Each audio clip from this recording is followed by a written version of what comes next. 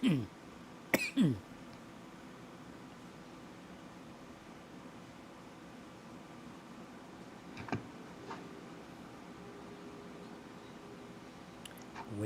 to go live.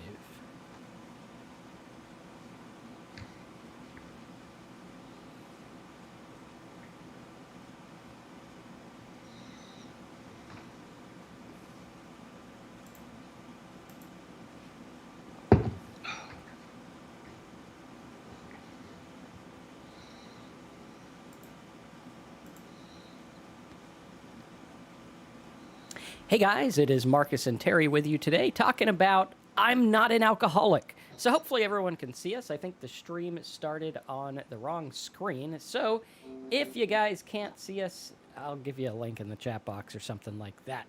So I'm not an alcoholic. This is words that I said to myself many times before I quit drinking. I thought I was not an alcoholic. I was convinced I was not an alcoholic. And I was convinced that everyone was wrong. So, Terry, what are your thoughts on this topic? While you get started, I'm going to double check on the stream here and make sure everything is, in fact, working. Sounds good. Well, I'm not an alcoholic, but I drink too much. That's what I used to think all the time. Up until the end, those last year, couple years, I pretty much figured I was an alcoholic. But before that, no, I didn't. It wasn't. I wasn't really in denial either. It was more a matter of it just didn't even cross my mind. I knew I drank heavily. I mean, I went to the doctor and lied to him, and he still said I drank too much and said you should take off a day or two a week, give your body a chance to recover and whatever. And so I took that and cut back for a couple of weeks, and then went back to my regular old drinking. But it's hard. It's hard for a person to self-diagnose themselves as to whether they're an alcoholic or not. And really, the way to get recovery is to believe deep down inside that you are an alcoholic, and that's really the first step of recovery is realizing that you're an alcoholic and knowing it down to your core, down to just the very deep core. They call it the 2-foot drop. So it drops from your brain to your heart. You know, technically in your brain that you might be an alcoholic, but down to your heart where you can feel that you have to do whatever it takes to get sober. And that's what happened to me when I finally did get sober. Took a while, definitely took a while. I wanted the easy way out, and just to be able to cut back and still be able to do all the things that I enjoyed doing, which is, going to the parties and doing all that stuff where alcohol can be there. But yeah.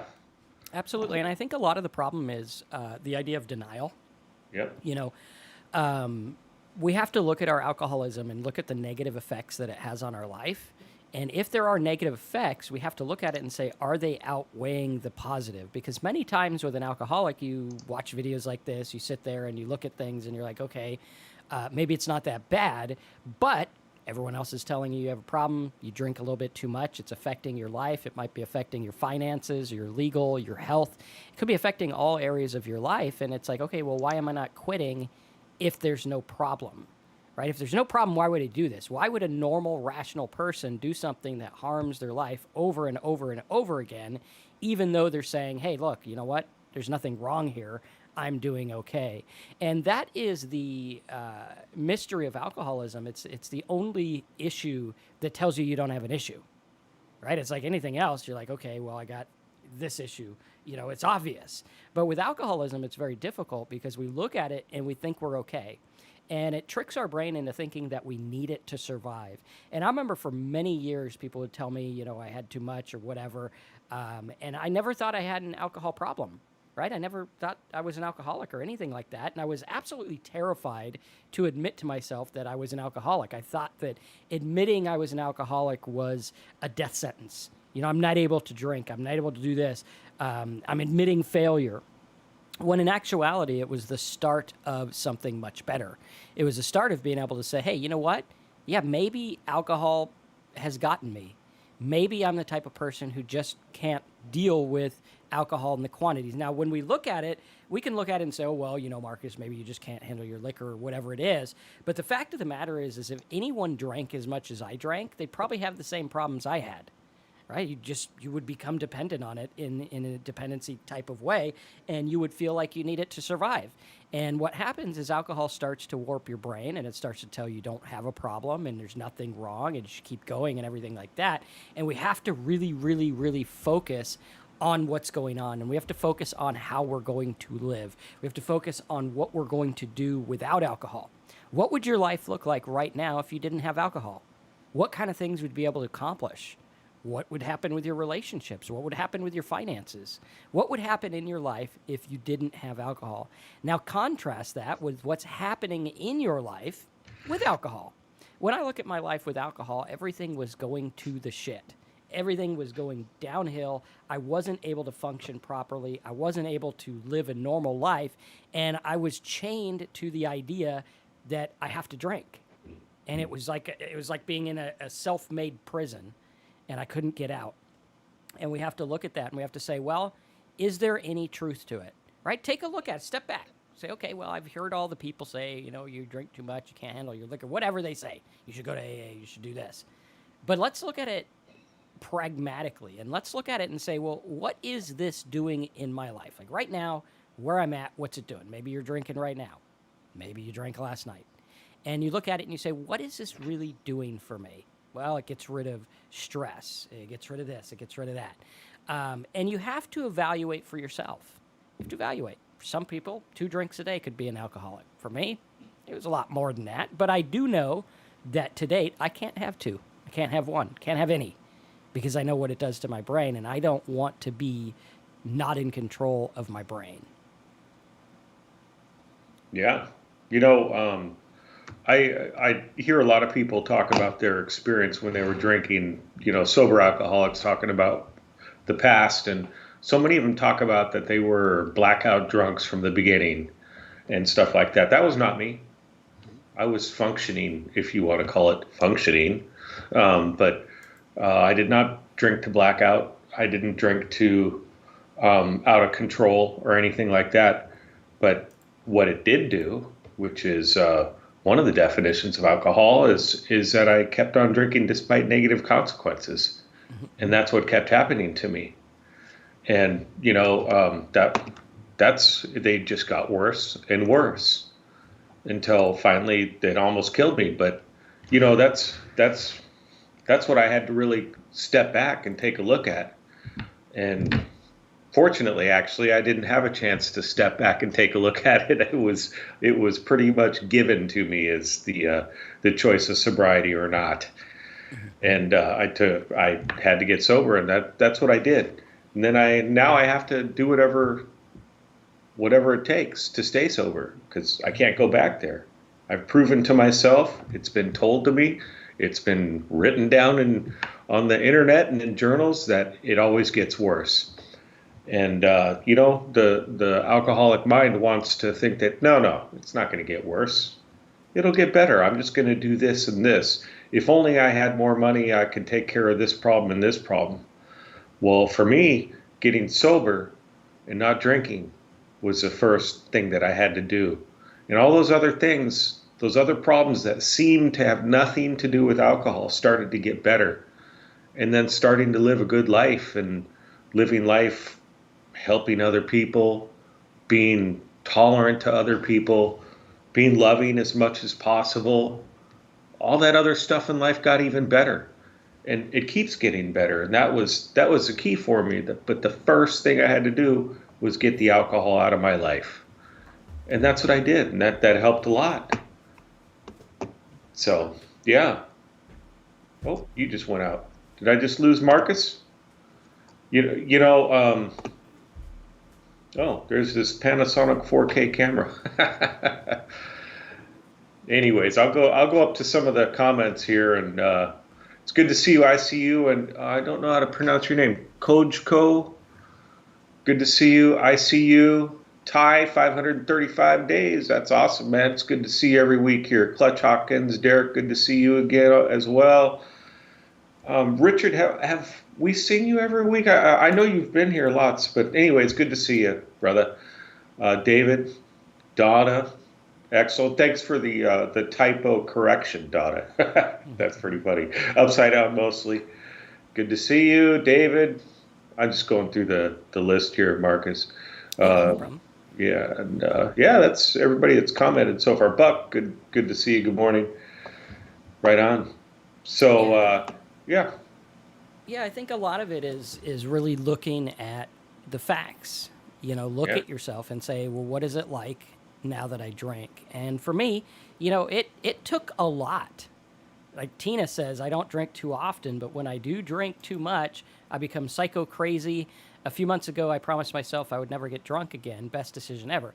And I remember that. I remember promising myself over and over and over again.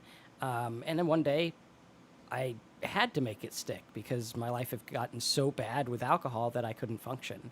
And I remember what it was like making those promises over and over and over and over again and never being able to keep them. I mean, it was like a literal hell. It was like, hey, you know what? This is living in hell where I can't function. I can't get better. I can't quit. I can't stop. And everything was just going so wrong. I mean, I almost took my own life because alcohol made me insane, which oftentimes it does. And we have to look at it and say, what is this? What is this worth to me?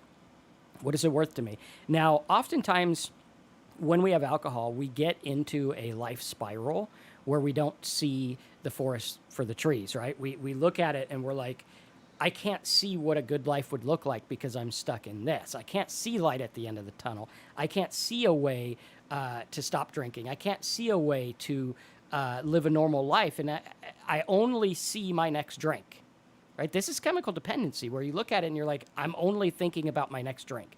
I'm not thinking about all this other stuff. I'm not thinking about all the repercussions, all the junk that's going on. I'm thinking about the next drink.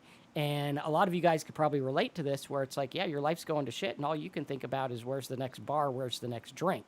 And we do that because we don't have any better solution. We haven't been pointed out a better option.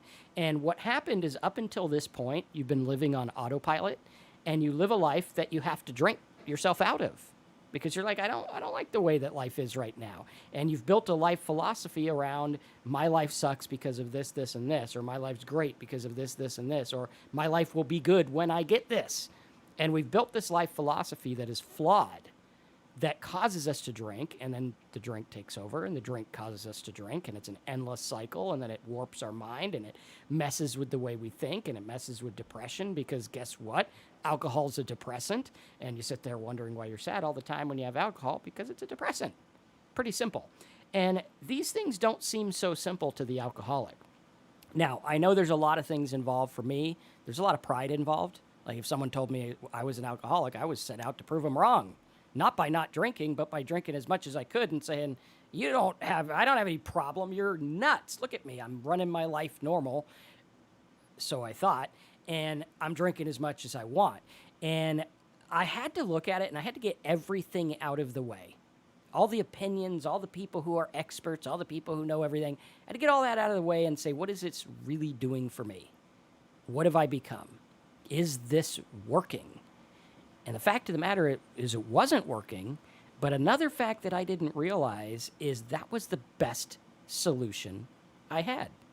Get in a fight with someone, go drink. Get in an argument, go drink. Issues at work, go drink. Marital problems, go drink. Drink, drink, drink. That was the solution for everything. That was the best solution I could muster up in and of my 34 years of being on planet Earth. And I had to find out that there is a better way. There's a way that you can live on purpose, not live as if life is happening to you. This is happening. I know lots of people right now say, oh, this COVID thing happened to me. And it's like, okay, well, did it really happen to you or is it happening on planet Earth and you're just a part of it? Well, this job thing happened to me.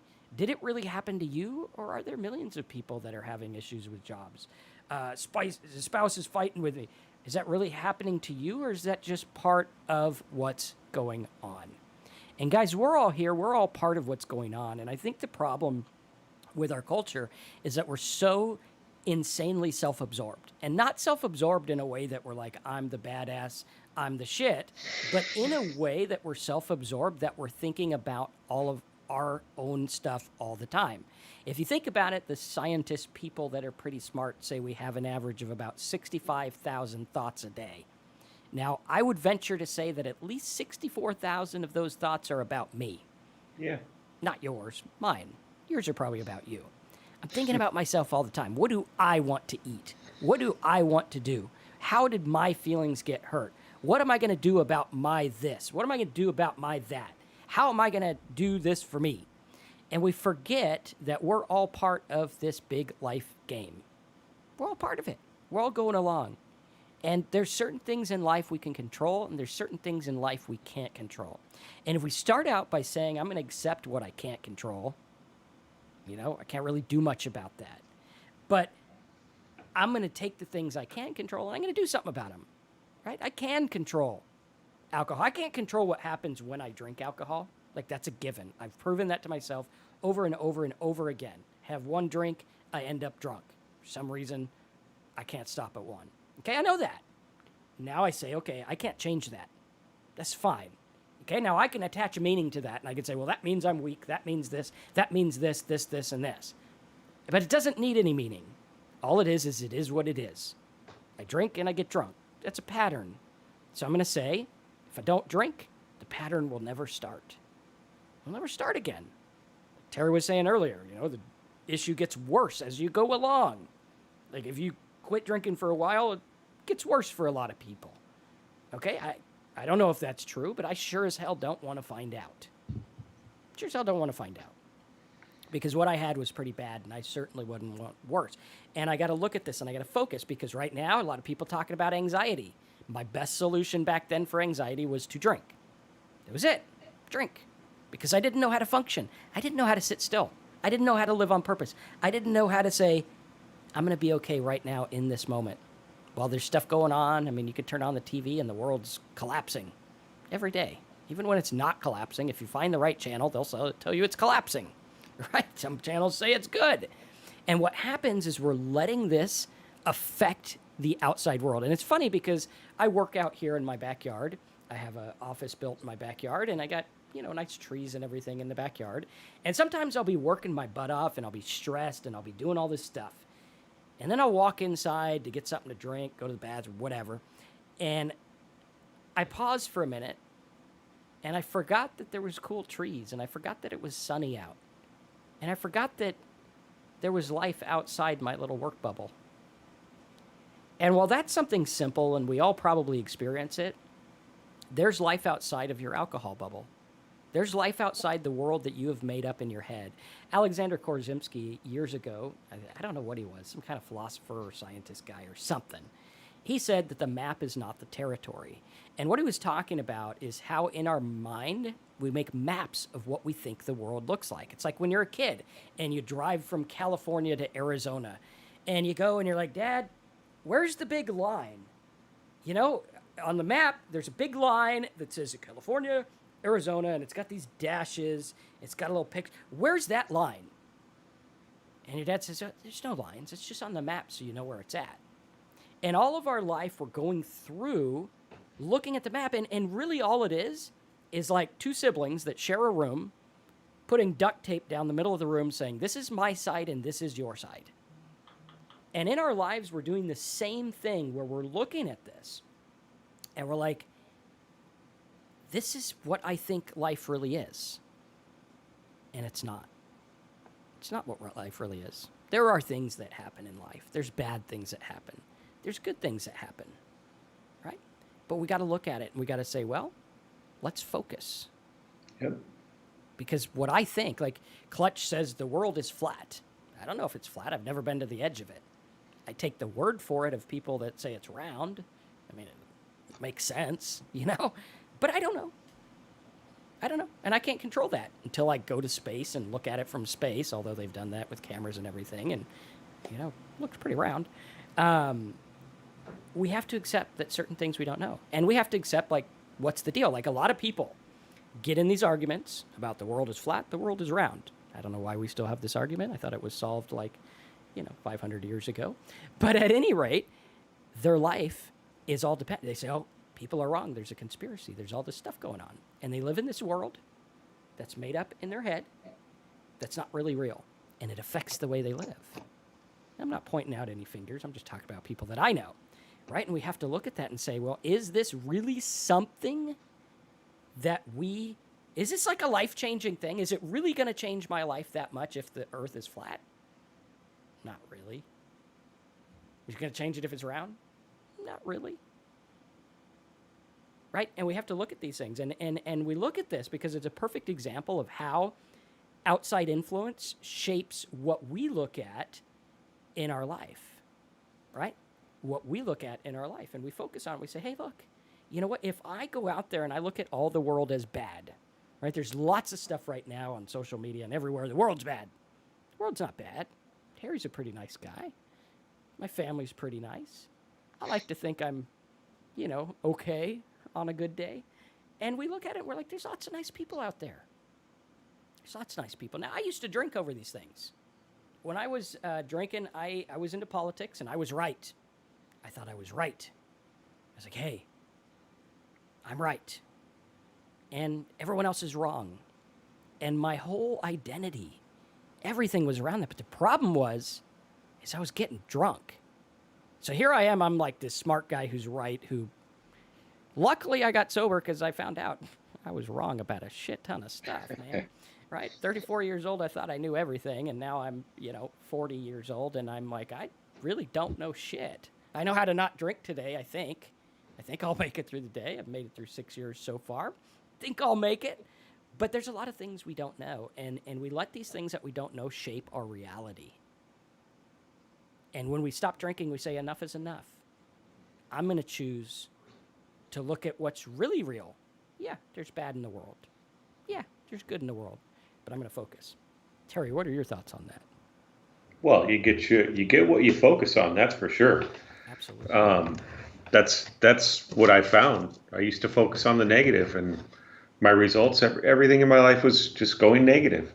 I was still reasonably happy, but a couple of you were talking about anxiety. I know Marcus touched on that, but yeah, the anxiety was pretty high when I was drinking because I just didn't know how to get out. Didn't know how to get out of it. Didn't know how to solve the problems in my life, and anxiety just kept getting worse and worse. And my solution was to drink, and that would calm things down for just a few minutes, and that's it. Then it would come back, or drink into oblivion for that evening and wake up and it comes back worse. And did the problems get better? No, they usually got worse. I mean, maybe some of you have experienced the same thing. You drink to push away those feelings, and the next day it comes back and that problem's still there, but it's worse because you were supposed to take care of it yesterday or something like that. That was my experience many times. But stopping drinking, then what happens with a lot of us is we stop drinking and those problems are still there. And now we have all these feelings that we're starting to feel. And so the anxiety gets really bad and it stays bad. It seems to get worse.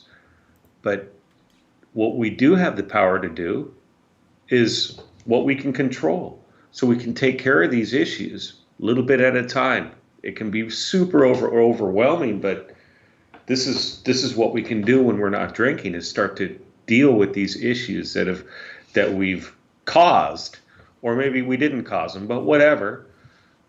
Take care of these issues now that we're sober. And eventually the anxiety goes away. But the problem is like when I got sober, I wanted everything right now. I want to fix this. I'm sober now so I can be a millionaire and all this, and everybody will respect me. But no, I had to work on myself. I had to stay calm. I had to focus on the good things that I'm getting in life. And those good things were really little things, like I could go to the store at 11 o'clock at night and function. I could drive a car. I could leave my house. I could see friends and not lie to them when they say, hey, have you been drinking? And I'd say no. Now it's, they didn't even question it because I was obviously sober. And that's it's those little things that I started to focus on. And then as time went on, I started to work on my life and start working on being better in my life and being respectful to friends and family and other people. And then I learned that I can walk with my head held high because I'm a good guy. And maybe some of those people that I had hurt didn't think so, but I knew. So it's okay. I could apologize to them at a different time or right then, whatever. And if they took it, they took it. If they didn't, they didn't. But those are the things that I started to focus on is the good in life. I don't push the bad things out. They're there, and I've done the bad things. Um, they're, nothing I can do about it. I don't have any control over that, but I do have control of what I'm going to do today, and that's huge. And I have control of what I'm going to do tomorrow, Yeah. as And long as I don't drink. I think also one of the big things is to look at like how basic psychology works and to understand certain things about what we pride ourselves in life. Because when I was drinking and before I drank, I always prided myself on certain things. I was like, I am this type of believer. I'm this type of person. I agree with this. I don't agree with this. And what I was doing is I was painting my world ever so slightly in black and white. And I was like, I believe this. These people believe this. I'm this. These people are this. And I would look at my definition by what other people did. Right? And we see this all the time in here where people are like, I'm awake, they're not awake, I believe this, I don't believe this. And what happens is we look at this and we have to understand that we are susceptible to even the basic, silliest things that happen psychologically. Right? We look at it and all of us have probably been altered by a chemical. Right? We take alcohol in, we're altered by the chemical, and we become an alcoholic and all this stuff. We're susceptible to it, just like anyone else is. And we have to look at the fact that we were programmed to be where we're at right now. All of your life experiences, all the things you went through, they program you to think, feel, and act a certain way. And if I was born with your situation, with your mindset, and went through life like you, I'd be exactly where you're at right now. Like, we have to look at that, and we have to get down to the fundamental idea that at the core level, we're just basically human beings. We're animals. And we are susceptible to things. Like you watch, your pet, and it's like, okay, well, the pet does this when I do this. It's like a program. Now, if a pet grows up in a fancy house, like those little floofy dogs that they have in mansions and they serve them in little teacups, they act different. Like my dog acts like a freaking maniac because we're maniacs here, right? The dog in the fancy house is like, oh, like I only eat this and I only drink, flavored water, and he's got his little tie on. I don't know if he has a tie, but you get the idea. And they were programmed to be that way. Now there's certain innate things that you can't change, right? Like pit bulls, great dogs. I think pit bulls are fantastic dogs. I also think that pit bulls have a little tendency towards aggression, a little bit. I think they're great dogs if you have pets. Pit bulls, I think they're great. But they do have a tendency. Little dogs, they have a tendency to be afraid or bark loud. They think they're like 7 feet tall. Little dog, thinks he's 7 feet tall. They have these little propensities. Now, us as humans, we have propensities too. We're propensities towards certain things. Like when we're born, we have a fear of falling and a fear of loud noises. Those are the only two fears we're born with. Like if you're afraid to admit you're an alcoholic, it's something you learned. If you're afraid to do public speaking, it's something you learned. If you're afraid of this, it's something you learned. Really, you're born with falling and loud noises. That's it. And so we look at it and we're like, there's certain things that we have propensities to because of our programming, right? I get worried about this. I get worried about that. My psychological upbringing because of the culture I'm in makes me think this way and feel this way. And once we sit down and we admit two things to ourselves. One, I could be completely and utterly wrong about everything I believe right now. Utterly wrong. I could be wrong about my alcoholism thinking. I could be totally wrong. I could be wrong about my politics. I could be wrong about my basic fundamental thoughts about my life. I could be wrong about these things. Admit that. And the second thing we need to admit is that we bought it. We fell for it. We fell for the idea that who we are is our standing in society and who we believe we are.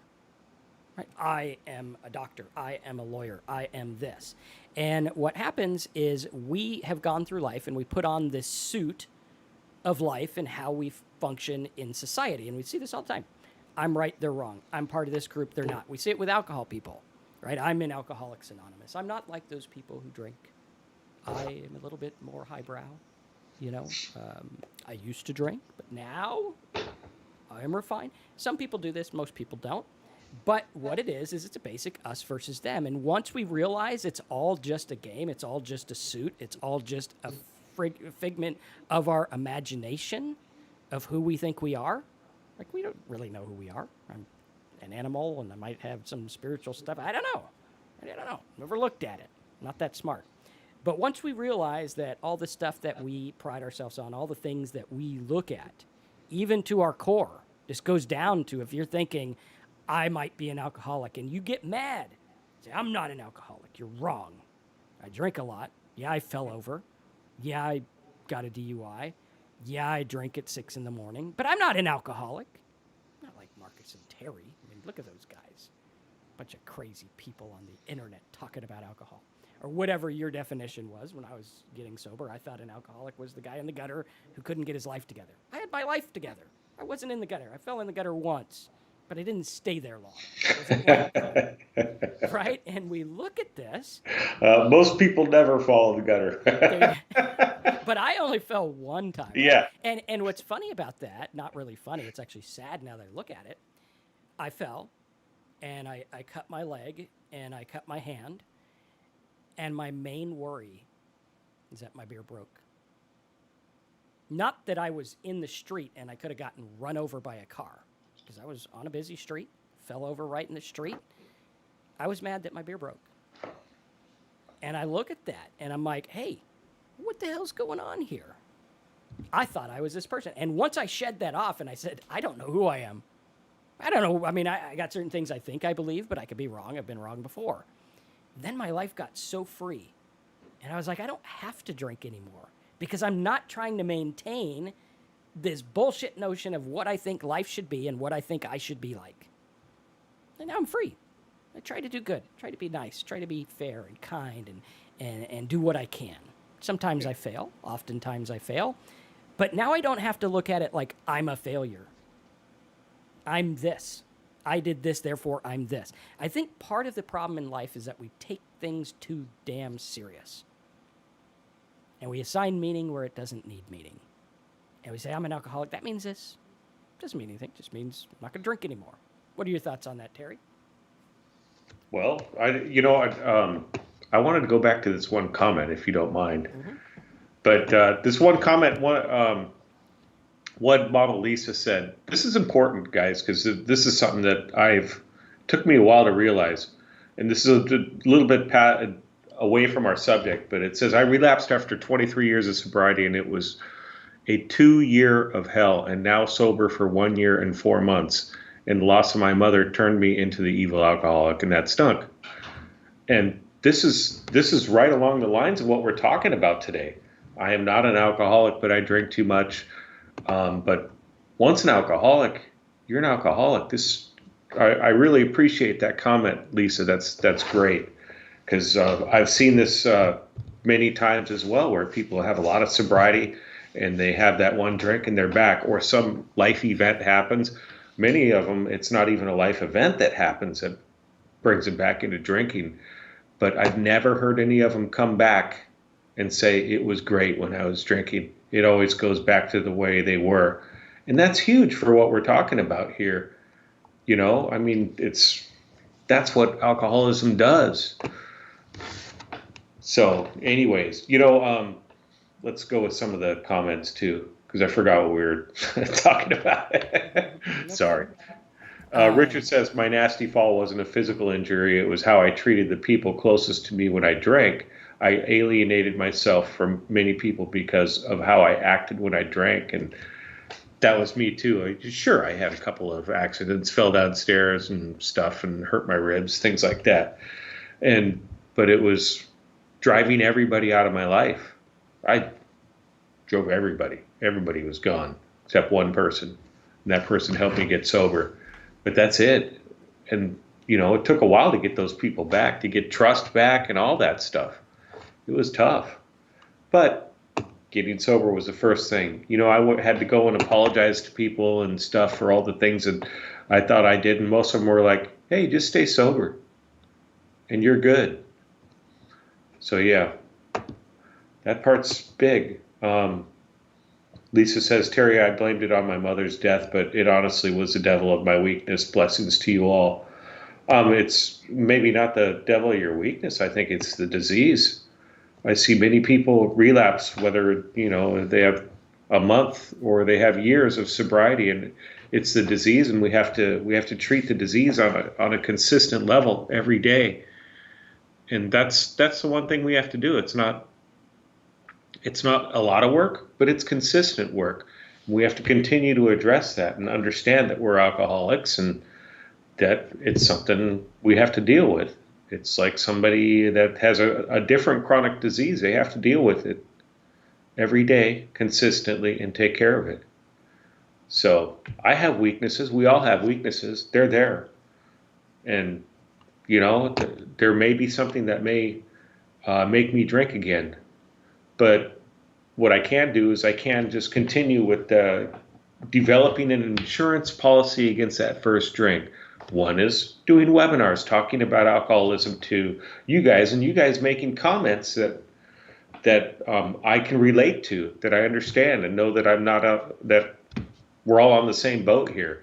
We have many of the same struggles, and some of us have solutions that may work for others that we don't know about. So that's big.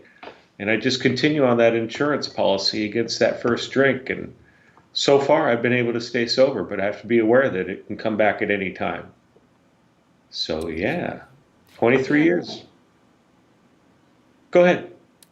Yeah, I forgot what I was going to say. My brain's not working today. Okay. But yeah, we got to look at it, and oftentimes we're like, okay, we have this excuse to drink or whatever. And I don't think it's necessarily a weakness. I think it's just something that we're prone to. We weren't prepared. Like, you weren't, with your 23 years of sobriety, for some reason, there was not preparation for what would come. And sometimes we might never be prepared for certain things, but we try to prepare for what we can. And I've noticed in sobriety that I've actually surprised myself at how calmly I've dealt with certain situations. Death of loved ones, some terrible deaths that were like unplanned and like murder type stuff, which was, I never thought I'd be able to deal with that kind of thing. Yeah.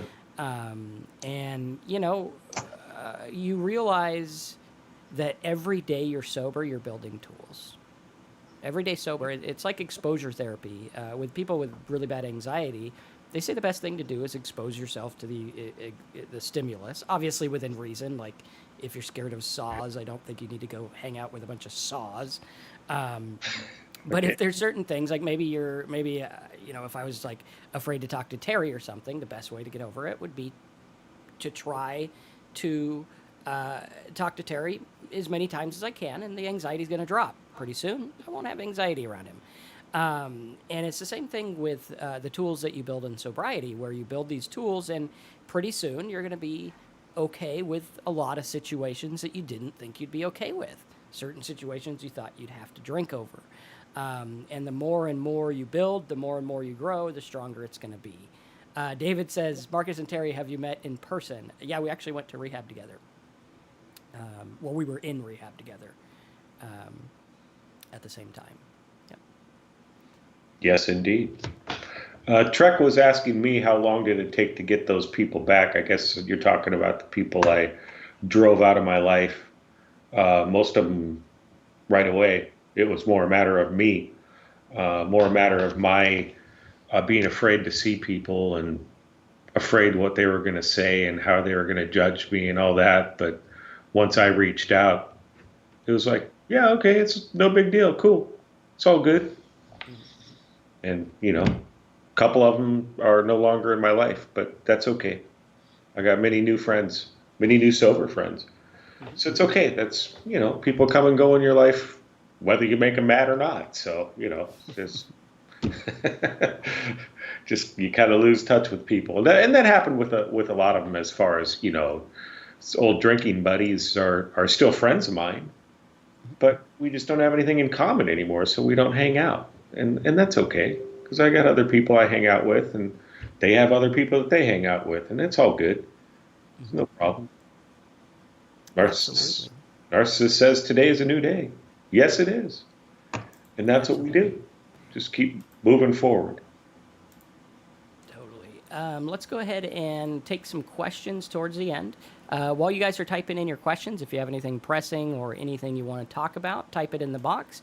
And while you're doing that, I'll show you guys how to sign up for our Talk Sober training. Sorry, Terry, this will go over your face here.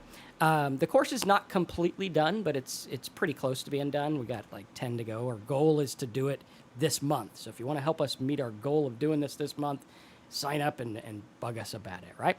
What you want to do is go over to talksober.com, click on join the new recovery class, and this will give you a link where you can sign up for $27 a month. This helps out the channel, helps us do what we're doing, and continue to reach other alcoholics, and it'll also give you some tools to help you get and stay sober. Again, it's not completely done, but we do plan on having it done by the end of the month. Make sure you do sign up on the page that looks like this. Also, if you do want to just do like a one-off and say, hey, guys, I like your work, I want to help you out, you can click on support our work here, and it'll give you a little box where you could say, hey, I'll give you guys like $5 or $500, and the little happy guy gets happy if you help us out here. So really cool stuff. Actually, I would prefer if you guys actually join the membership, because I'd rather give you guys something in exchange for it. So that's over at talksober.com. Right on. Join up, guys. We got a good program going.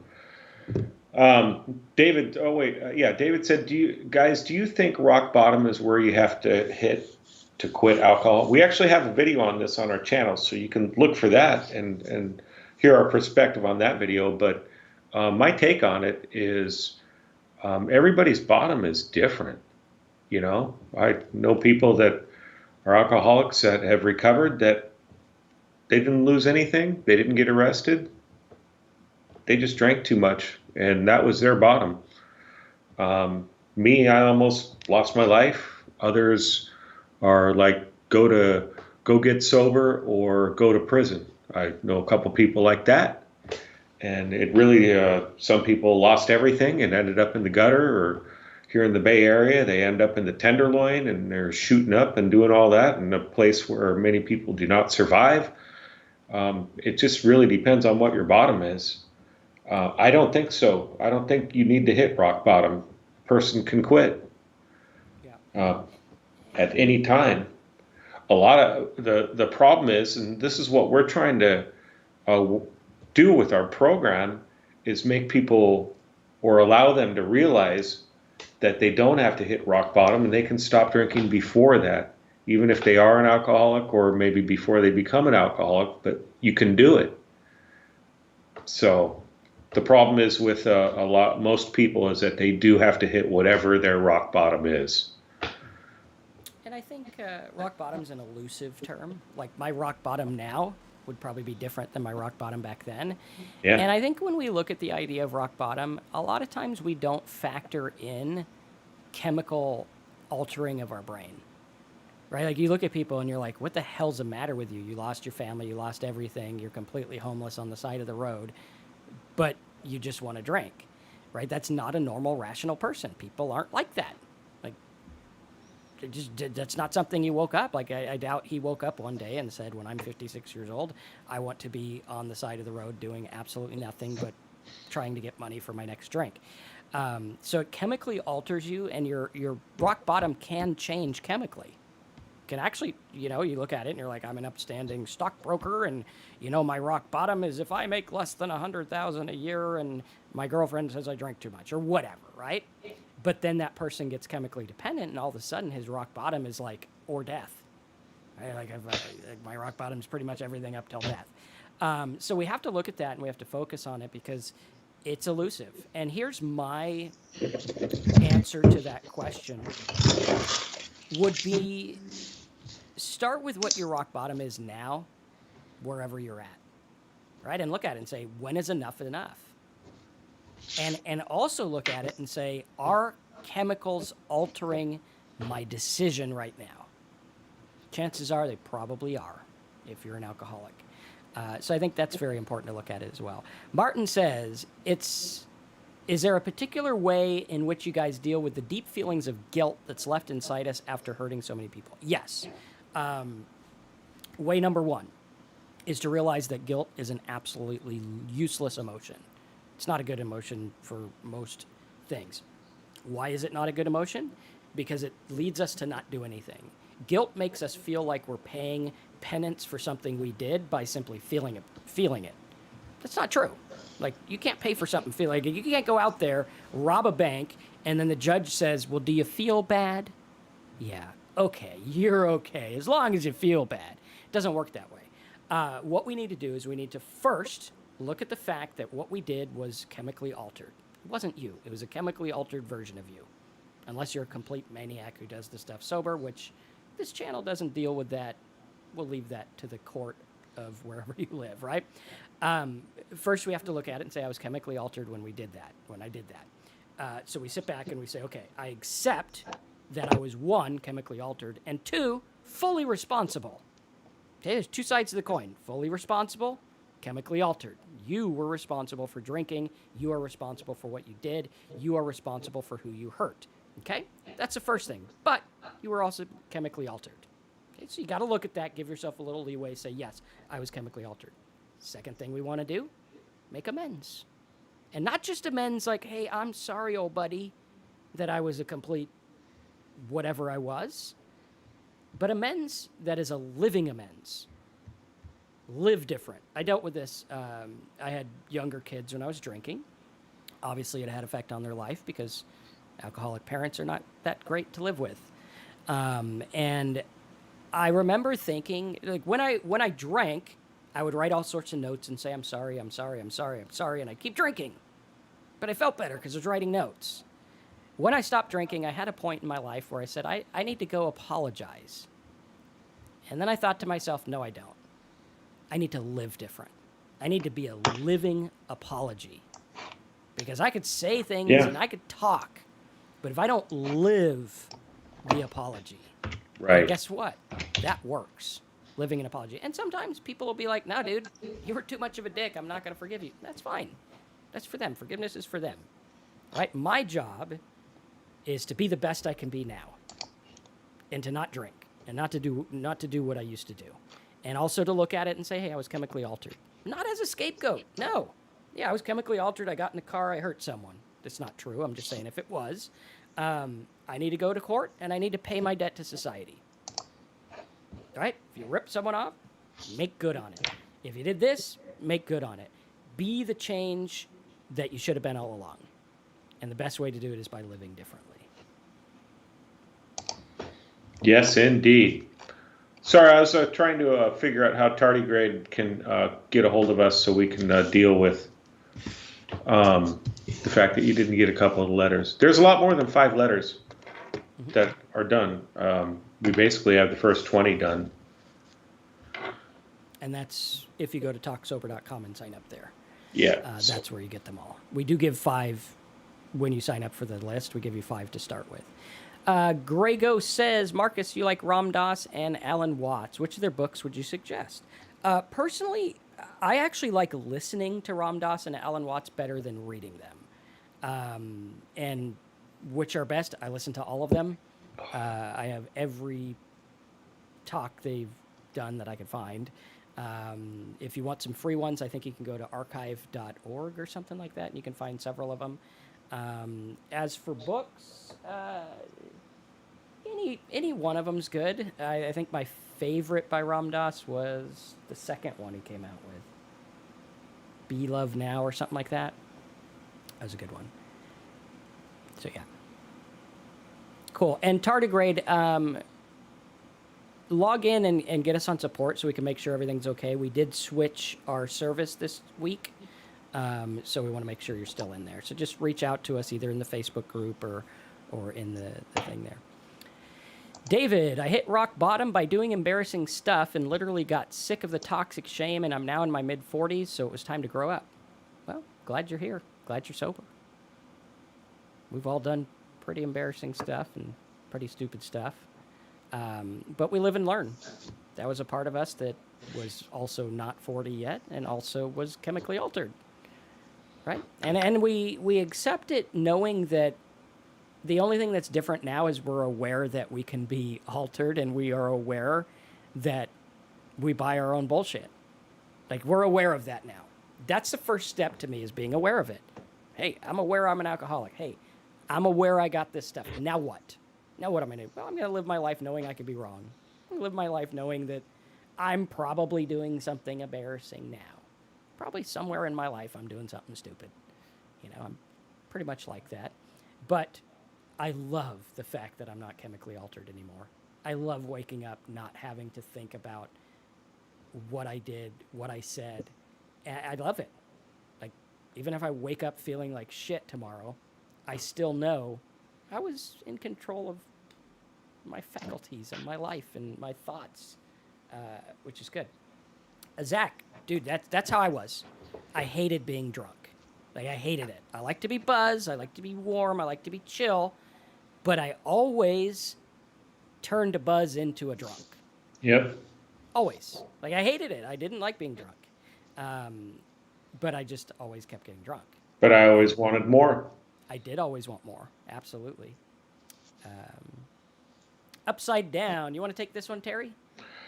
Sure. And you're saying, should I stay, not say, should I stay away from shows like Bar Rescue or cooking shows that involve alcohol? My personal opinion is, well, when I first got sober, I stayed away from everything that I thought might trigger me. So I'm saying might. And as my sobriety went along, I learned that that's really no use avoiding all that stuff, because alcohol is everywhere. It's on TV. You're watching a football game, the beer commercials come on. You're watching the news, or maybe not the news. They're going to have a whiskey commercial or whatever. But there's alcohol everywhere. I watched a cooking show last night that Master Chef. I'm a chef, so I watch some of those shows here and there. And alcohol is there. Alcohol is at my workplace. I cook with alcohol. I think the key is to get a life that you don't have to fight alcohol and you don't have to avoid alcohol. Get a life where alcohol is just not an issue. It's neither here nor there, but you just don't drink it. That's what I do. It's neither here nor there. It's whatever. Because I still enjoy going out to eat, and my wife has a glass of wine, or go out with another couple and they have a couple glasses of wine, and that's fine. I mean, I'd rather live a normal life. I would pay it. Oh, I'm sorry. Go ahead. That's fine. I would pay attention to what Terry said in the beginning, though. In the beginning, he was very careful. Yes. Same with me. I was very careful in the beginning. I didn't even have cooking wines in the house because that was my downfall one day, even though, oh man, I can't even describe the taste of cooking wine. It's terrible. It's not even, it's just terrible. And so protect yourself while you need it. And then, gradually. It's interesting because rehab for me got me away from alcohol for 30 days. That was the best thing it did, in addition to also giving me some tools. Yeah. And then when I got out of rehab, or when I got into life sober, I had to learn to live again. And I had to be very careful in the beginning. Hey, I'm going to watch this. And maybe I was a little bit too careful, and that's good. I'm glad I was, because it brought me where I'm at. So use the tools you need when you need them. And then as life gets better, try some certain things. Maybe I could go sit at the bar and not get a drink. I tried that about a year and a half sober. Had to get takeout, and there was no seats but the bar, so I sat there. And I learned that little by little I could integrate back into all the old things I used to do without drinking. And now I'm pretty well integrated, I think. It used to make me anxious when I was around people drinking. Now I'm like glad that I don't drink anymore. I'm like, hey, that's cool. If you like it, that's good. I choose not to, and that's fine.